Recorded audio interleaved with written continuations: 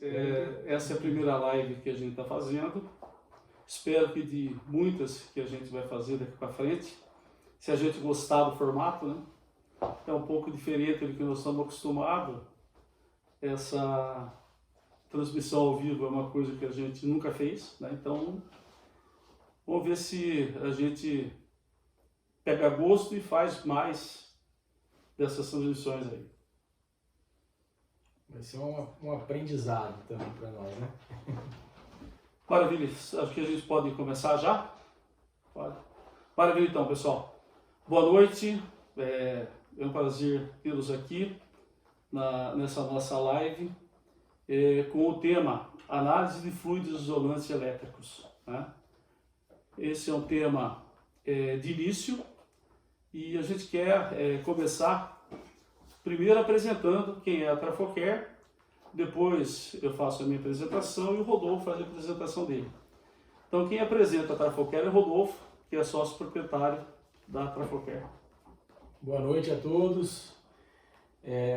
Trafocare surgiu de um sonho, né? Um sonho comum e em 2014. E pelo próprio nome, né, ela já traz o que a gente gostaria, né, de demonstrar, que seria um conceito, né, de cuidar da saúde dos transformadores.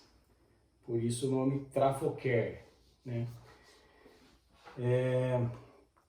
Desde então, né, a gente uniu, né, todos os conhecimentos, né, do corpo técnico que compõe a Trafocare para poder fazer esse tão sonhado cuidar da saúde do transformador uma realidade. Maravilha. Bom, meu nome é João Carlos Gomes. Eu comecei com a análise de óleo de transformadores, né, que é o que é mais comum chamado, em 1979. Comecei cedo, né, saindo do colégio técnico, do Poticap, quando eu fiz o curso de petroquímica. De início já fui trabalhar numa empresa que foi a primeira empresa que fez tratamento de óleo de transformador no Brasil, chamada Lubiflex, onde eu implantei, juntamente com outro químico, o primeiro laboratório de análise de óleo sem ser em empresas de transformador. Naquela época só tínhamos análise de óleo em grandes fabricantes, como Siemens, ABB, etc. Né? De lá eu fiquei até 83, quando eu fui para Siemens, onde na época chamava-se TUSA, Transformadores União, onde eu, além das análises de óleo, também fui para o laboratório para fazer análise de todos os materiais isolantes que compõem o transformador. Papel, papelão, tinta, borracha, cobre, silício, e fiquei lá até 88. Em 88, tive o desafio de vir para uma empresa chamada Regenera, que foi a primeira empresa que prestou serviços de análise de óleo para clientes industriais. Então a Regenera já era uma empresa que fazia regeneração de óleo, né?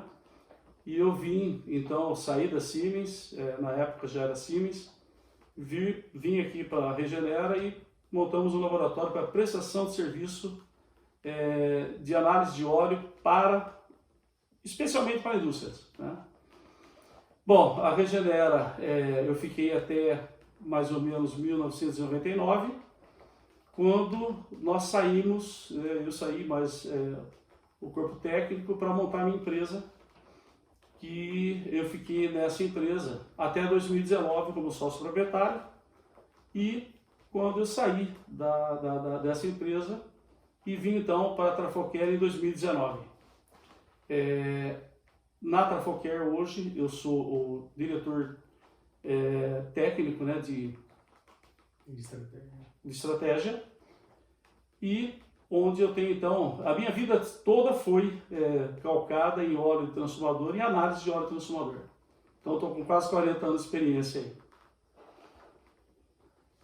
Maravilha. E seguindo os passos, né, do mestre, em 2000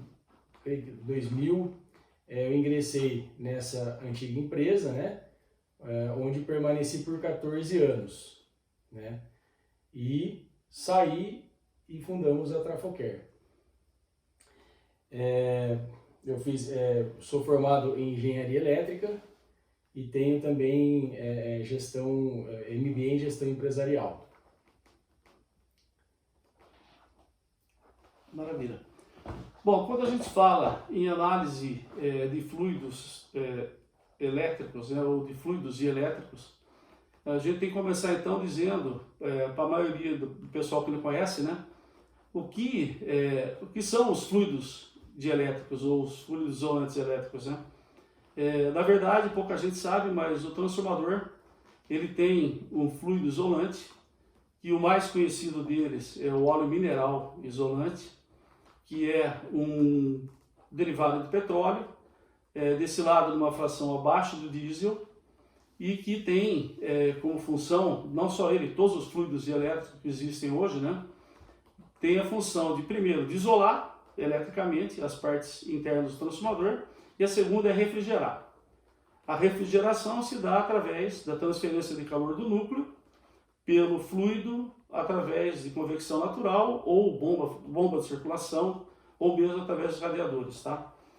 Então, o que nós temos hoje de mais comum de utilização é o óleo mineral isolante, um derivado de petróleo.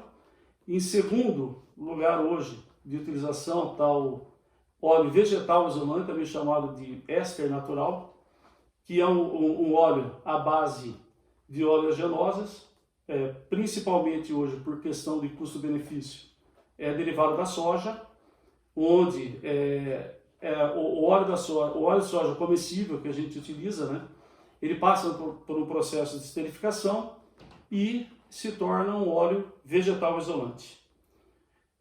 Qual que é a grande característica do óleo vegetal isolante?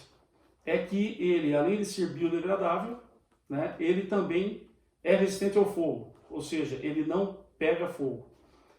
E por esse motivo, ele é utilizado em situações ou em locais onde você tem grande circulação de pessoas, como metrô, shopping center e tudo mais.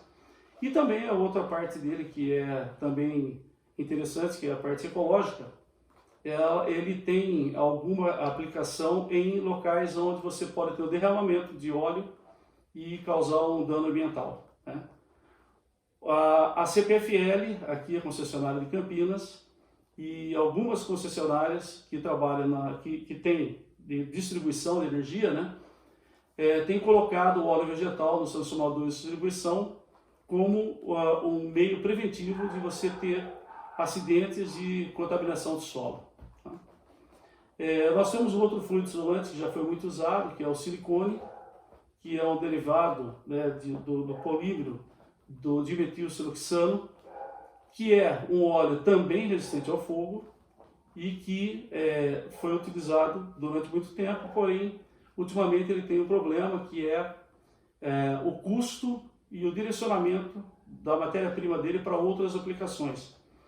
O silicone é produzido pela Dow Química e, só para vocês terem uma ideia, ele custa cerca de 10 vezes o que custa o óleo mineral isolante. O óleo vegetal está cerca de 2 a 3 vezes o custo do óleo mineral. E a gente teve um óleo que é um óleo policlorado, que também é chamado de Ascarel, que também foi utilizado inicialmente para poder resistente ao fogo, porém, por motivos de não biodegradabilidade e de potencial cancerígeno, ele foi proibido em 1979 a utilização. Está surgindo no mercado também o óleo sintético, o éster sintético, que normalmente ele é sintetizado e produzido especialmente na Inglaterra através de uma empresa chamada Midel. Ainda no Brasil não chegou esse tipo de fluido. Então, o que a gente tem? Dito que esse óleo, ou os óleos isolantes, eles têm uma função de refrigeração e de isolamento elétrico, a gente costuma dizer que é o seguinte: quando você coloca o óleo dentro do transformador e quando você coloca o transformador para funcionar, a partir daí ele começa a se autodestruir, que significa que ele começa a envelhecer e se contaminar. Por isso que a gente tem então que fazer análise de óleo periódica dos óleos em serviço, tá certo?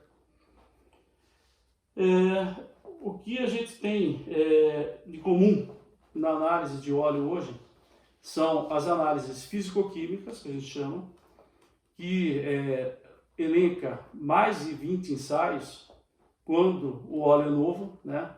Então, quando você compra um óleo novo, a análise de óleo serve para que você confirme que aquilo que você está comprando está dentro da especificação técnica para óleo novo, que é a NP36.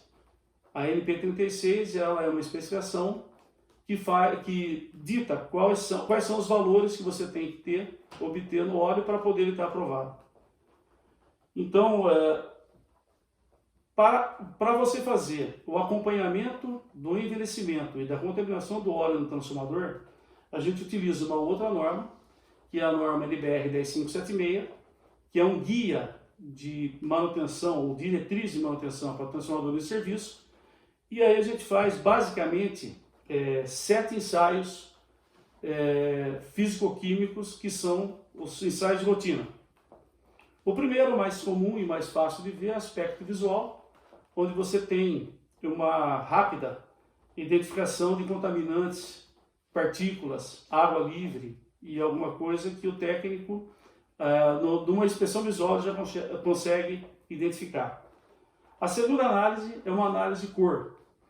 A cor do óleo, ela naturalmente, quanto mais novo o óleo ele é mais claro. Hoje o óleo novo do transformador, ele está numa cor bem clara, parecido com água, né? Uma cor que a gente tem numa escala de cores da STM, que foi desenvolvida através de um método de ensaio, né? Onde você tem a cor de 0 até 8, e quanto mais escuro é o óleo, maior é a cor, e normalmente quanto mais escuro o óleo, mais oxidado ele está. Então a cor é um ensaio também simples de fazer, mas tem um aparelho que é especificado pelo método de ensaio, né? E onde você já tem uma indicação visual logo se o óleo está bom ou se o óleo está degradado ou não, né? O segundo ensaio que a gente faz de mais importância é a densidade do óleo, que nada mais de quanto pesa 1 litro de óleo, ou seja, quantas gramas você tem por centímetro cúbico de óleo. Esse ensaio é especialmente importante porque ele é um ensaio que a gente utiliza para identificar o tipo de fluido que está sendo analisado. Porque cada tipo de fluido, seja o óleo mineral ou isolante, e o óleo mineral você pode ter 2 tipos de óleo: o óleo de base naftênica e de base parafínica. São 2 óleos derivados de petróleo, porém eles são obtidos através de petróleos de base naftênica e de base parafínica. Qual a diferença? Nenhuma. A única diferença é o petróleo cru que ele foi destilado. Mas a densidade identifica se o óleo é parafínico ou naftênico. Obviamente que tem outros ensaios mais específicos, né, que a gente pode incluir para poder identificar melhor, como a composição carbônica e tudo mais, mas a densidade é o mais simples, mais rápido de se fazer e dá uma ideia, né, muito boa do tipo de fluido que está lá. O silicone ele tem uma densidade específica, 0,95. O óleo vegetal é outra também, por torno de 0,900. E o ascarel ele tem uma característica que ele é o único fluido isolante mais pesado do que a água. A densidade do ascarel é 1,5 kg por litro. Isso faz com que a gente identifique rapidamente o ascarel. Se você colocar o ascarel num copo de água, é fácil você identificar porque ele é o único fluido que ele, em vez de ele boiar, ele precipita, que a gente chama. é um ensaio rápido para você saber se você tem dúvida se aquele fluido que você está analisando é ascarel ou não, você pode fazer isso aí. Bom, a densidade, então, ela é utilizada para isso e usada para a correção do outro ensaio, que é a tensão interfacial. A tensão interfacial é um ensaio muito interessante, que ele é muito sensível e ele dá uma ideia do grau de contaminação ou de deterioração do óleo. A tensão interfacial é uma força necessária para romper uma interface água-óleo e ela é tanto maior quanto mais puro ou mais novo for o óleo. Então é um indicativo de pureza e de contaminação e ou contaminação do óleo ou do fluido isolante. Especificamente, o óleo vegetal ele não tem essa característica como característica principal. O óleo vegetal, a tensão interfacial, ela não muda com o envelhecimento. É mais importante para o óleo mineral, tá certo? Então um ensaio de grande sensibilidade para óleo mineral, né, tanto naftênico quanto parafínico, dá uma boa ideia do grau de pureza e do grau de contaminação e ou deterioração do óleo. Você quer falar mais algum? Você quer falar algum ensaio específico? Não, vou deixar para o mestre. Beleza, então a tensão interfacial ele é um indicativo de oxidação do óleo e contaminação. E o ensaio seguinte é o ensaio de teor de água. Teor de água é exatamente o conteúdo de água que está no óleo isolante, no fluido isolante. Tá? Qualquer que seja o fluido, o teor de água é extremamente indesejável para um fluido isolante, porque a água interfere violentamente no ensaio de rigidez elétrica, que é a capacidade que o óleo tem de isolar eletricamente. Então, para vocês terem uma ideia, nós falamos em especificação do teor de água em ppm, parte por milhão. Né?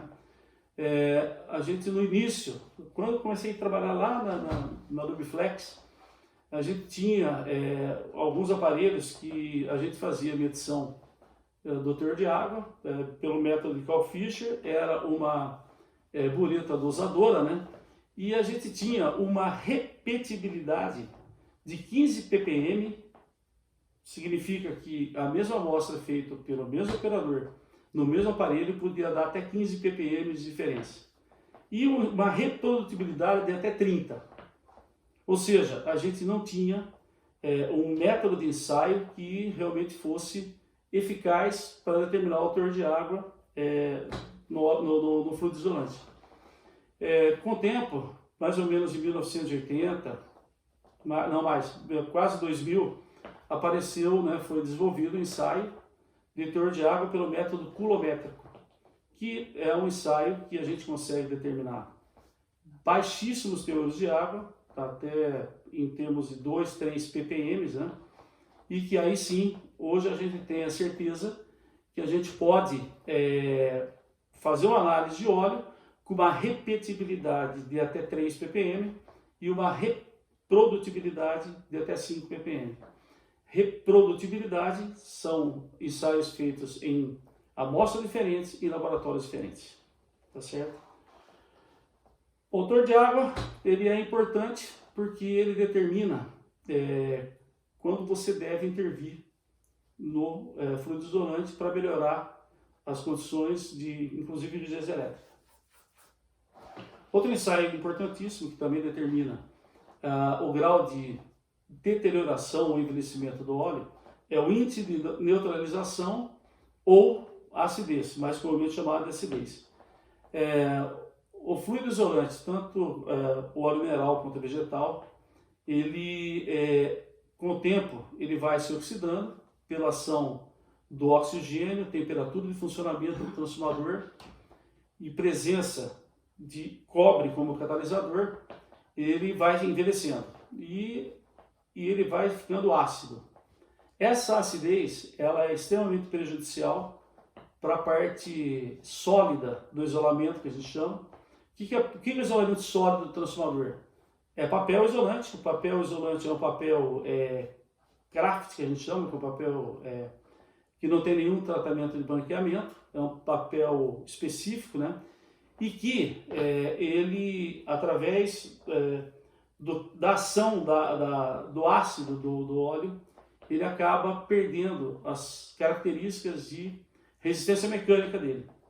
Quando ele perde a resistência mecânica, ele se torna um perigo e um problema para o transformador, porque qualquer surto elétrico que aconteça, qualquer curto na baixa tensão, ou qualquer um problema de um raio que cai nas proximidades, dá um surto de tensão, isso causa um surto mecânico, e se o papel não tiver com a resistência mecânica boa, ele pode levar o transformador à falha. Então a acidez é um indicador também de oxidação e deterioração do óleo. Outro ensaio que a gente faz, que seria o primeiro que foi feito, né, no óleo transformador, e normalmente quando você fala em óleo isolante, é o que o pessoal fala, a rigidez elétrica é o mais importante. A rigidez elétrica, óbvio que é importante, porque a rigidez elétrica é a capacidade que o óleo tem de isolar eletricamente duas instâncias elétricas dentro do equipamento, né? Então essa rigidez elétrica que é uma característica, primeiro, do próprio produto, né, que o próprio o fluido, né, ele tem que ter. Então qualquer produto de petróleo, ele tem a tendência ele ter uma elevada rigidez elétrica, né? Para vocês terem uma ideia, um diesel, se ele for bem purificado, que a gente chama, tratado no termovácuo, tirado partículas, ele foi utilizado na guerra, na falta de óleo de transformador da produção, ele foi usado na guerra como um fluido isolante, com a grande desvantagem do ponto de fulgor, que ele pega fogo numa temperatura muito baixa, né? O óleo transformador, ele pega fogo a 150 graus, né? Tem um ponto de fulgor de 150 graus. Mineral, né? O óleo mineral. O óleo vegetal acima de 300, por isso que ele é resistente ao fogo, né? Então, mas na verdade, a rigidez elétrica, ela é uma característica que está intrínseca do produto. Então, ela pode ser melhorada? Claro, ela deve ser melhorada com a purificação através de filtros e retirada de água e gases, que é o que a gente faz no tratamento termovácuo. Então a rigidez elétrica também é um ensaio importantíssimo, onde você tem principalmente a questão de segurança do equipamento. Ela está diretamente ligada a uma possibilidade de falha no equipamento quando ela cai muito, tá? Outro ensaio que é um pouco mais difícil de explicar, mas ele também vai na linha da tensão interfacial, é o fator de perdas elétricas. O fator de perdas, ele pode ser medido com dois aparelhos, um é o fator de potência e o outro é o fator de dissipação. O fator de potência é um aparelho que mede cosseno φ, e o fator de dissipação é o também chamado tangente delta. Alguém já deve ter ouvido falar disso aí. Esse ensaio, ele também determina contaminação muito pequena em fluidos isolantes. Ele tem uma sensibilidade muito grande. E por quê? Porque ele pega a contaminação em valores ínfimos. E se você tem um fator de dissipação elevado no óleo, significa que ele tem contaminantes ionizáveis e que são indesejáveis. Então, quanto mais puro é o óleo, quanto mais novo, quanto melhor isolante ele tem que ter um fator de dissipação ou um fator de potência baixo, tá? Então, dos ensaios de físico-químicos que diz respeito ao óleo isolante, a condição do óleo, esses são os principais, né? Nós temos hoje um outro ensaio que também é muito importante, só que não diz nada em relação ao desempenho elétrico e nem em relação à condição de oxidação e deterioração do óleo, que é o teor de PCBs. Teor de PCB. O que é o teor de PCB? É o teor de ascarel que contém o óleo mineral, principalmente. O óleo vegetal não teve tempo ainda de contaminação, mas o óleo mineral, que é muito mais utilizado, ele ocorreu o quê? O PCB, que é aquele ascarel, que eu falei que é um produto clorado e não biodegradável, ele teve uma utilização muito grande no Brasil e no mundo todo, né? E ocorreu várias contaminações cruzadas, né? A ponto de uma resolução da ONU proibir a utilização desse fluido, né, do ascarel, no mundo. Porém, a contaminação cruzada foi grande. O Brasil é signatário do Protocolo de Estocolmo, que foi assinado lá em 2005, e que hoje, muito recentemente, o presidente da República sancionou uma lei, né, federal, a 1450, em que obriga todos os possíveis detentores de resíduo de ascarel, que são óleo contaminado com acima de 50 ppm de ascarel, ele é obrigado a fazer primeiro o inventário e depois dar o destino final desse produto. Então, o teor de PCB, ele é um ensaio ambiental que até 2024, todas as empresas, independente do tamanho, independente do porte ou do que tem no transformador, são obrigadas a fazer um inventário e aquilo que tiver contaminado acima de 50 ppm de PCB, né, pela norma brasileira, a NBR 13882, ela obrigatoriamente vai ter que destinar esse óleo. E o destino é através de empresas licenciadas e com licença de operação para isso. Ok? Bom, na parte de análise físico-química e ambiental do PCB, é isso que nós temos hoje. E você vai ter o quê? Os parâmetros que a gente utiliza para determinar se o transformador ele continua em serviço sem nenhuma ação corretiva ou se ele é necessário alguma ação corretiva, tipo tratamento termovácuo para retirar água e umidade e partículas sólidas e melhorar a agilidade elétrica, ou se ele tem que ser regenerado para melhorar a tensão interfacial, reduzir o fator de dissipação ou reduzir a acidez. Ou então, você não tem que fazer nada no transformador quando ele está dentro da especificação e você simplesmente faz a reamostragem depois de um ano. A norma que a gente utiliza para isso é uma norma brasileira, um guia de manutenção, que já foi guia, hoje é diretrizes, né? É a NBR 10576.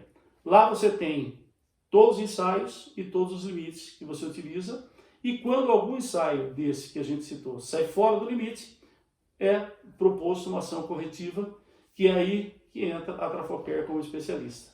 Entendeu? A Trafocare ela tem essa especialidade de indicar a melhor ação corretiva para o seu equipamento, dependendo daquilo que a gente encontra nos resultados das análises físico-químicas. Entendeu? Bom, então existe uma outra segmento de análise, né, que não diz nada quanto ao óleo também e diz exclusivamente quanto à condição de funcionamento elétrico do transformador. Essa análise é a análise cromatográfica dos gases dissolvidos. O que a gente faz? A gente faz uma análise dos gases que estão dissolvidos no óleo do transformador, no fluido. Qualquer fluido, ele tem uma quantidade de gás dissolvido nele. E teve um estudo já há muitos anos, né, geralmente químicos, né, de fora do Brasil, que identificou o seguinte: quando você tem um transformador em funcionamento normal, você tem uma composição de gases, né, que ela tem uma relação entre elas característica. Quais são os gases que a gente analisa hoje para dar um diagnóstico de condições operativas do equipamento? O hidrogênio, que é um gás ligado principalmente a descargas parciais, né, dentro do equipamento. É um ensaio que também está ligado à eletrólise, muito difícil ter, porque você não tem água livre dentro do transformador, né, mas é uma possibilidade. A gente analisa oxigênio e nitrogênio, para a gente saber como é que está a condição, o teor de oxigênio dentro do dissolvido no transformador, porque quanto maior o teor de oxigênio, mais ele vai ser suscetível à oxidação. Uma das formas de você retardar o envelhecimento do óleo é eliminando ou baixando o teor de oxigênio o mínimo possível. O nitrogênio é um gás inerte, ele está lá porque ele tem na atmosfera, então não tem como evitar. E aí a gente parte para dois gases que estão ligados à parte de degradação da celulose, do papel do transformador, que é o monóxido e o dióxido de carbono, CO e CO2. Quando você tem uma celulose superaquecida, você tem um gás-chave que é predominante, que é o monóxido de carbono. O CO2 também tem na atmosfera e também é gerado em condições normais de funcionamento do transformador. Gerado pouco, mas também é gerado. Então, o gás característico de falha envolvendo papel isolante ou a parte celulose que a gente chama, é o CO. Tá? E aí a gente entra na parte dos hidrocarbonetos, que a gente analisa metano, CH4, etano, C2H6, etileno, C2H2 e o acetileno, C2H4 etileno e o acetileno C2H2. Cada gás desse é característico de uma falha térmica, né? O metano e metano, eles são gases característicos de um funcionamento normal e que a gente chama que até 100, 150 graus que você tenha de um ponto quente no transformador, ele gera predominantemente metano e etano. O etileno já é um gás que ele, quando presente, significa que você tem um ponto, não é a temperatura do óleo no transformador não, né? Um ponto acima de 350 graus, até 750 graus. E o acetileno é um gás que, quando ele está presente na análise cromatográfica, você obrigatoriamente tem que ter um ponto acima de 700 graus no equipamento. O que a gente vê muito, né, no pessoal que pega uma análise cromatográfica e analisa e fala, cara, como é que pode isso? Como é que você pode saber que tem um gás, né, como é que tem uma temperatura maior que 700 graus no equipamento? Então, assim, não é a temperatura do óleo, é óbvio, é a temperatura de um ponto, de um microponto no transformador que gera acetileno. Por quê? Porque tudo isso está ligado à energia de ativação necessária para você ter a formação do gás. Então não adianta, quando você tem acetileno presente no óleo, você tem que ter tido uma temperatura acima de 700 graus para ter a energia de formação dele. Abaixo disso, ele não gera. Então isso é um alerta, né, que toda vez que você pegar uma análise cromatográfica e você ver acetileno, é porque algum ponto daquele transformador ou daquele equipamento sofreu uma temperatura acima de 750 graus, tá certo? Então, isso que eu falei para vocês em termos genéricos, né? Lógico que eu não tirei da minha cabeça, isso tem uma norma brasileira, NBR 7274, que você faz a análise dos gases, identifica o gás e quantifica o gás, né, cada um deles, e faz uma relação entre eles. A NBR 7274 ela usa três relações principais. O acetileno, C2H2, para o etileno, C2H4, o metano, CH4, para o hidrogênio, e o C2H4, que é o etileno, para o etano, C2H6.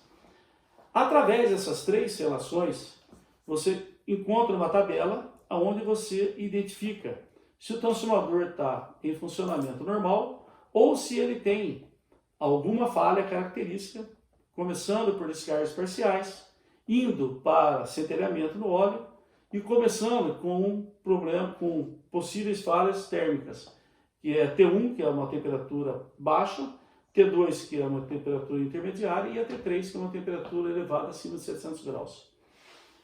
Então, graças a Deus, esse ensaio desenvolvido por químicos, né, deu um auxílio violento para a parte elétrica, porque, por incrível que pareça, quando a gente pega algum problema ou faz um diagnóstico de que o transformador tem algum problema, pela análise cromatográfica, nenhum ensaio elétrico que possa ser feito, ele pode detectar. Normalmente o ensaio elétrico, ele só detecta, e é possível detectar a falha depois que ela já ocorreu.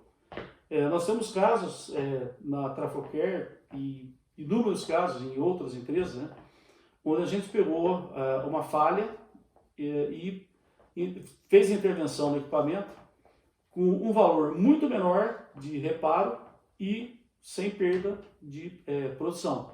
Porque quando você acompanha a análise cromatográfica, mesmo que você tenha uma indicação de falha, você tem tempo de programar a parada e até, muitas vezes, de programar um outro transformador reserva e também fazer o reparo com o menor tempo e o menor custo. Então, basicamente, de análise de óleo, o que eu tinha para falar para vocês é isso.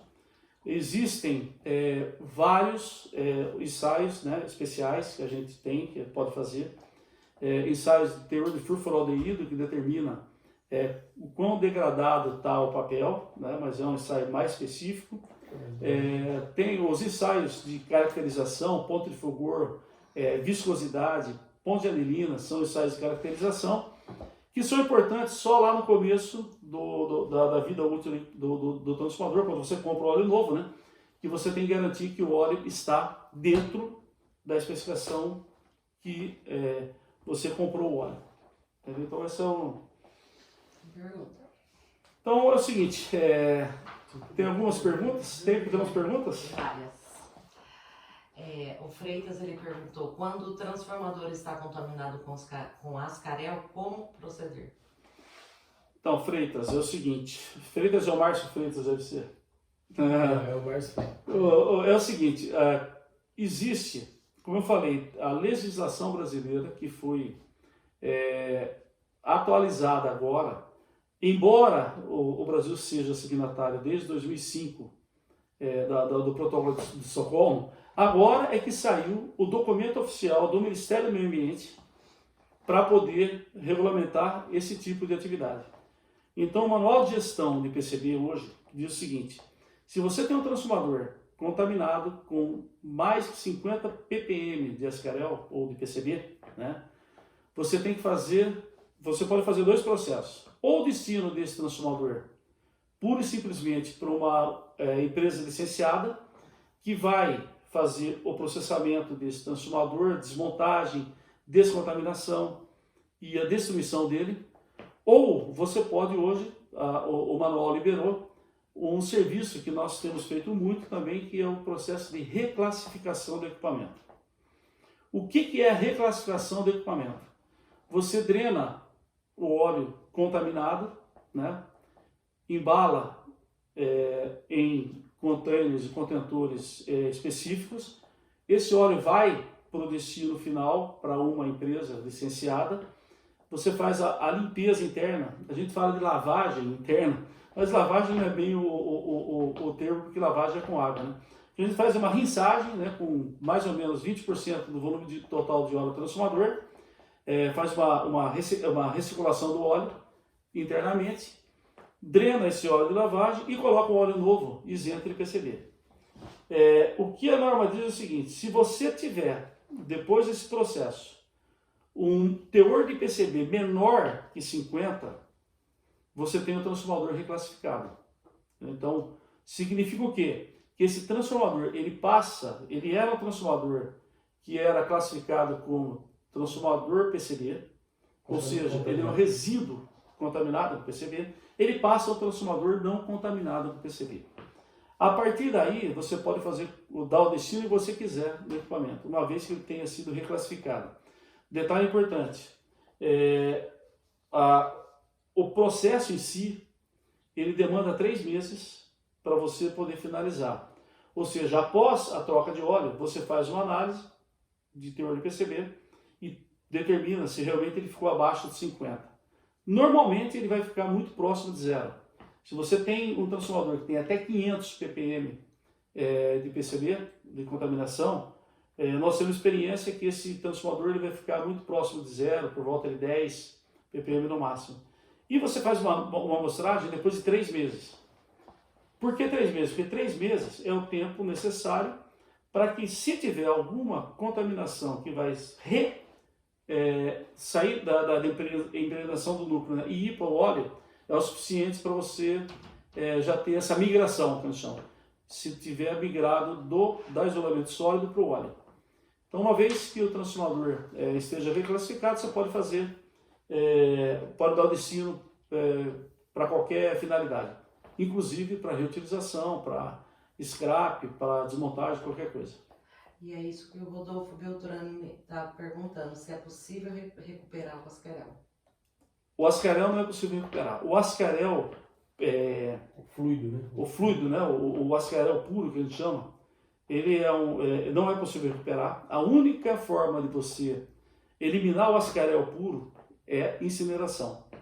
E o problema é que não é qualquer incinerador. Nós temos 3 incineradores no Brasil hoje, na verdade 4, né, que tem habilitação para poder fazer a incineração do ascarel. É a Rastec, no Rio de Janeiro, que está mudando de nome, mas é a antiga Bayer, virou Rastec.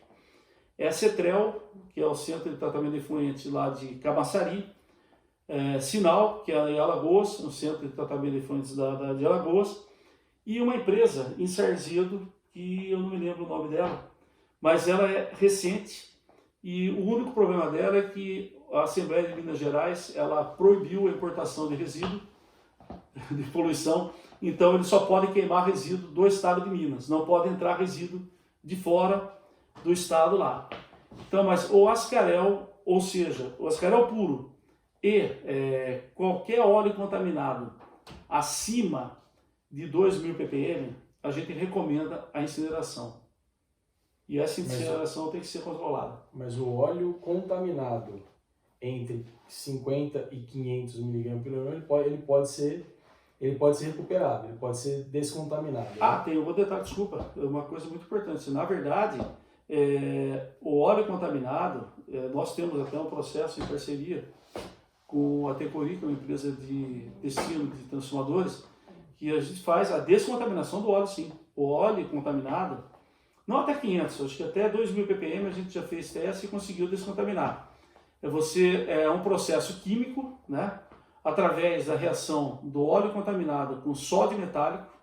É uma reação extremamente eficaz e violenta, né? Para quem conhece o sódio metálico, ele é extremamente oxidante. E o que ele faz, ele quebra a molécula de cloro do PCB, que é o oroclor, e você tem óleo descontaminado. Para óleo contaminado até 2.000 ppm, a gente tem... Não é que é impossível você fazer óleo acima de 2.000 ppm. É possível fazer, mas ele fica muito caro. Então é economicamente inviável. Compensa você incinerar. Aí o Marcos Prata está perguntando de quanto em quanto tempo tem que ser feita a manutenção dos transformadores. E aí a Priscila emendou e falou, quais os riscos de não realizar a manutenção periódica? Maravilha, muito bem, boa pergunta. Boas perguntas. Na norma LBR 10576, tem lá uma recomendação para que o transformador, quando novo, você faça uma análise de óleo, né, para dado inicial de controle. E você só vai fazer a outra análise depois de 2 anos. E aí, todo ano é recomendado que você faça uma análise de óleo e você vai fazer a manutenção toda vez que a análise de óleo, né, indicar que você tem que fazer alguma manutenção.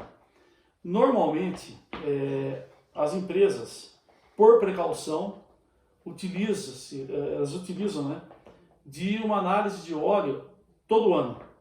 Entendeu? O transformador entrou em operação, todo ano ela faz uma análise periódica para determinar as condições do óleo. E muito importante, quando você detecta algum problema ou de excesso de oxidação ou algum problema na análise cromatográfica dos gases dissolvidos, você pode e deve reduzir esse período de amostragem. Esse período, nós temos um transformador que a gente acompanhou semanalmente, porque o cliente não podia parar o equipamento, e a gente viu que o transformador estava com uma evolução de gases, né, porque o que a gente tem também de muito importante é a taxa de evolução ou a taxa de crescimento de gases, né, que determina a severidade da falha e quando ela está próxima do defeito, na verdade, ainda não é falha, e quando está próximo da falha. Então a gente pode mostrar até semanalmente. E no caso de análise físico-química, é quando você tem, o óleo está chegando no limite, né, da tensão interfacial ou da acidez, você pode reduzir a amostragem também para 6 meses. Nós temos o caso que a gente faz análise de óleo, né, periódica, de clientes que faz análise a cada 3 meses. Aí a Laura perguntou, além do acompanhamento do fluido isolante, há outras medidas preventivas para cuidar do transformador? Tá, deixa eu só responder antes a Priscila, que eu não tá. respondi. Quais são as consequências, né? A consequência de você primeiro não fazer uma análise de óleo e depois não detectar um possível problema no transformador é que você pode ter uma parada indesejada no momento indesejado. Normalmente, as paradas, né, dos transformadores, a gente tem visto por aí, em momento crítico da produção e normalmente você não tem redundância no fornecimento de energia. O que seria redundância? Você tem um transformador que alimenta uma máquina e você tem um outro transformador que alimenta a mesma máquina. Se você tem uma falha no transformador, por exemplo, você tem uma redundância para um outro transformador que supra essa necessidade. Normalmente não é assim. Cada transformador alimenta uma seção, um transformador, uma máquina, né? E a perda desse transformador por uma falha, né, ela acarreta a perda de produção. Esse é o maior problema que tem. E a gente tem experiência que quando você tem uma manutenção preditiva e corretiva bem feita, quando a Trafocare, por exemplo, é acionada para poder fazer uma análise do parque de transformadores do cliente, a gente tem experiência em que, além de você dar segurança para o sistema elétrico do cliente, você aumenta a vida útil do equipamento. Existe um livro de uma empresa famosa americana, S.D. Myers, e que ele fala que um transformador bem cuidado você pode aumentar a vida útil dele de até 50 anos. E agora qual que é a outra pergunta? A Laura, além do acompanhamento do fluido isolante, há outras medidas preventivas para cuidar do transformador? Sim, são os ensaios elétricos, né? Agora, uma coisa importante que a gente acaba passando batido, mas é uma coisa que a gente tem que falar, é o seguinte: quando a gente faz a coleta do óleo no transformador, é aí que a gente faz um cheque das condições físicas do equipamento. E é aí que a gente vê se o transformador tem vazamento, se ele tem vazamento onde né? Se ele tem problema de oxidação, pintura e tal e tudo mais, se ele trabalha quente, que é uma outra característica, se ele está enclausurado, por exemplo, ele tem um problema de trabalhar quente, por quê? Quanto maior a temperatura de funcionamento do transformador, mais rápido ele vai envelhecer, mais rápido ele vai deteriorar. Então, a gente tem a coleta de análise, eu costumo dizer que é o seguinte: se o transformador é um paciente, né, e a gente não tem como fazer com que o paciente venha até o especialista, na coleta de amostra é onde a gente faz a consulta ao nosso paciente. É onde a gente vai lá ver as dores que ele tem, identificar e tal. E aí que a gente tem, então, uma grande ferramenta para poder dar o diagnóstico e a ação corretiva que é mais indicada. E no caso dos ensaios elétricos, o grande problema do ensaio elétrico é que o transformador tem que ser desligado. Então, tem sim medida que você pode fazer, o ensaio elétrico é uma delas, né? Mas você tem que desligar o equipamento. E tem mais uma que muito é utilizada para fechar o diagnóstico, principalmente de pontos quentes, que é a inspeção termográfica, né? Então, análise de óleo cromatográfica, a inspeção termográfica, né? E mais as medições elétricas, você tem Fecha. fecha Se bem que a inspeção 360, termográfica para transformador, ele pega mais problema visível externamente, né? pra você, Uma bucha com mau contato e tal, você consegue pegar. sabe, você consegue definir se é interno ou externo, Isso ou aí. mais próximo do externo ou mais interno. É isso aí. Tem mais alguma? Tem um monte. O Marcelo Dias pediu para falar sobre o sistema de preservação dos transformadores para preservar o óleo, sendo ele naftênico ou vegetal. Perfeito, Marcelo, muito bom. O sistema de preservação de transformadores é uma coisa muito interessante, porque no Brasil, com a umidade que ele tem e a temperatura que a gente trabalha, a temperatura ambiente, é vital que a gente tivesse a preservação do óleo, do sistema, né, através ou de bolsa de borracha, que é um sistema de preservação que você impede que o óleo do transformador tenha contato com o ar atmosférico, né, ou então o que a gente chama de um sistema de preservação com nitrogênio. Nós tivemos já vários processos, né, de selagem do transformador, que a gente chama, com o processo Pulmontec, que depois virou Biapac, né, que é um processo que é a instalação de uma bolsa de um material extremamente resistente com nitrogênio, onde você faz a respiração do transformador, que a gente chama. O que é a respiração do transformador? Quando o transformador aquece, o óleo expande e você expulsa o ar do transformador para fora. Quando ele esfria, ele contrai, então você puxa o ar do ambiente. Quando você faz isso através do sistema mais comum de preservação, que é a sílica gel, né, que é um absorvente de umidade, a gente já viu que isso é muito pouco eficiente, porque a sílica gel ela não tem uma eficiência que ela elimina toda a umidade que entra no equipamento. E toda a umidade que entra no equipamento e vai para o óleo, ela acaba passando para o núcleo ou para os enrolamentos do transformador, porque o papel ele tem uma capacidade de absorção de 800 vezes maior do que o óleo.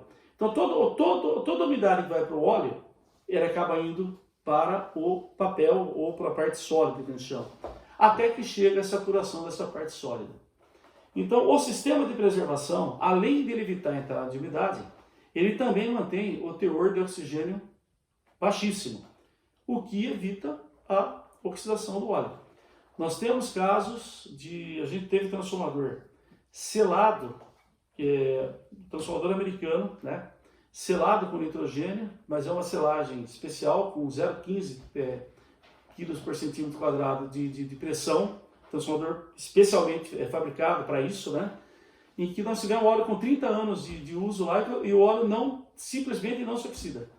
Por quê? Porque ele está desde o início sobre um sistema de preservação que evita a entrada de umidade e principalmente oxigênio. E no caso do óleo vegetal, a selagem do equipamento é primordial. Tá? No caso do óleo vegetal, um dos problemas do óleo vegetal é exatamente a facilidade com que ele se oxida. Ele tem uma resistência à oxidação muito baixa. Por isso que é imprescindível, quando você tem um transformador que tenha óleo vegetal, ou você vai substituir o óleo do seu transformador, óleo mineral, por óleo vegetal, é imprescindível que se ele não tiver um sistema de preservação que seja instalado. E tem outro sistema de preservação também, que é a bolsa, muito comum em transformadores Siemens, que é uma bolsa de borracha que faz o mesmo processo, ela tem a mesma funcionalidade do pulmão, só que em vez de ela estar fora, ela está dentro do tanque de expansão. De qualquer forma, ela evita que você tenha contato do óleo com o ar atmosférico. Esse é o objetivo da selagem. Um minutinho só, a última pergunta. Tem mais, mas não vai dar tempo. E depois a gente guarda e responde de novo. Tem mais. A Gi, ela perguntou, podemos afirmar que o transformador é a parte mais importante do sistema elétrico? Por quê? Não, 2 minutos. eu acho que o transformador, ele é a parte mais importante do sistema elétrico, não só da empresa, como das concessionárias de geração, transmissão e distribuição de energia. Os outros equipamentos são importantes? Claro que são importantes. O gerador é importante, o disjuntor é importante, mas o que acontece é que o transformador, ele é uma peça muito complexa de engenharia, né? É um equipamento que ele é muito suscetível a falhas e muito mais que o disjuntor, por exemplo. Você tem um disjuntor que fica 30, 40 anos lá sem dar problema. E por ele ser um equipamento que ele é móvel, vamos dizer, né? Ele tem uma característica de funcionamento onde ele tem muita atividade, tanto mecânica quanto térmica, ele é realmente a parte mais importante do sistema elétrico. Eu acredito que seja o coração do sistema elétrico. Além do que, acho que ele é o mais caro, né? De todos esses. Sem dúvida. Beleza, pessoal? Tem mais perguntas, mas não vai dar tempo de responder. Então, pessoal, eu queria agradecer. Desculpe aí a nossa inexperiência na live, mas eu acho que a gente... Na live. Na live, né? Tá. Mas eu acredito, gostei de fazer, acho que a gente vai preparar os temas, outros temas de interesse também. Eu sei que é específico porque só é uma área bem restrita e que pouca gente conhece. Mas é de vital importância. Se a gente está aqui com essa iluminação, se a gente está aqui com o celular carregado, se a gente está aqui desfrutando de toda a comunidade do ar-condicionado e tudo mais, é porque tem um transformador agindo lá fora. Beleza? Boa noite, obrigado. Boa noite, obrigado e até a próxima.